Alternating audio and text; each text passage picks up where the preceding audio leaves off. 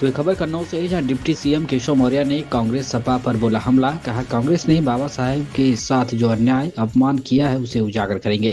कांग्रेस सपा दोनों एक समान। सपा ने भी मेडिकल कॉलेज से बाबा साहेब का नाम हटाकर किया उनका अपमान। मिल्कीपुर में पीडीए के अखिलेश यादव के सवाल पर उन्होंने कहा कि पीडीए फर्जी है। उनके पीडीए मतलब परिवार डेवलपमेंट एजेंसी है, जिसमें गुंडों, अपराधियों, माफियाओं को मिलता संरक्षण है, इसलिए चुनाव में जनता ने नकार दिया। वहीं सीएम के यमुना पर दिए गए बयान पर कहा कि आपने यमुना जी को गंदा किया है। 8 फरवरी के बाद दिल्ली में फिर भाजपा आएगी। सरकार बनने के बाद भाजपा यमुना साफ करवाएगी। महाकुंभ को लेकर अखिलेश यादव के तंज पर कहा कि वो भी आए, उनका स्वागत है। डुबकी पर आस्था को लेकर सवाल उठाएंगे तो बर्दाश्त नहीं होगा। पीएसएम डिग्री कॉलेज कन्नौज में संविधान गौरव अभियान कार्यक्रम में डिप्टी सीएम केशव प्रसाद मौर्य पहुंचे थे।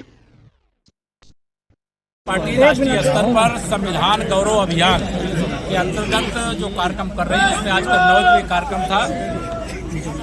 बाबा साहब भीमराव अंबेडकर जी के चरणों में शीश झुकाकर हम सब संकल्प लेते हैं कि बाबा साहब के साथ जो अन्याय, जो अपमान और जो उनकी भावनाओं की अनदेखी करके कांग्रेस ने पाप किया है, उसको उजागर करेंगे।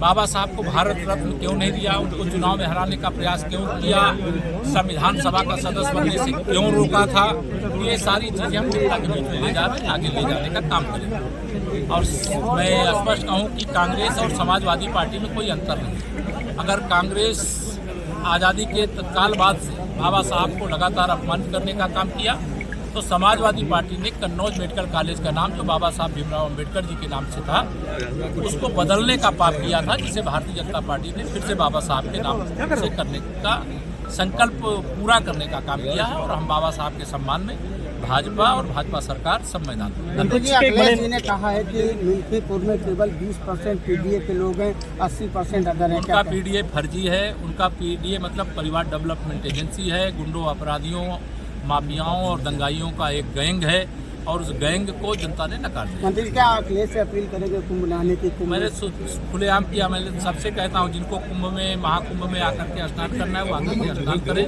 लेकिन कुंभ में आने वाले श्रद्धालुओं की आस्था को चोट पहुँचाने का पाप न करें।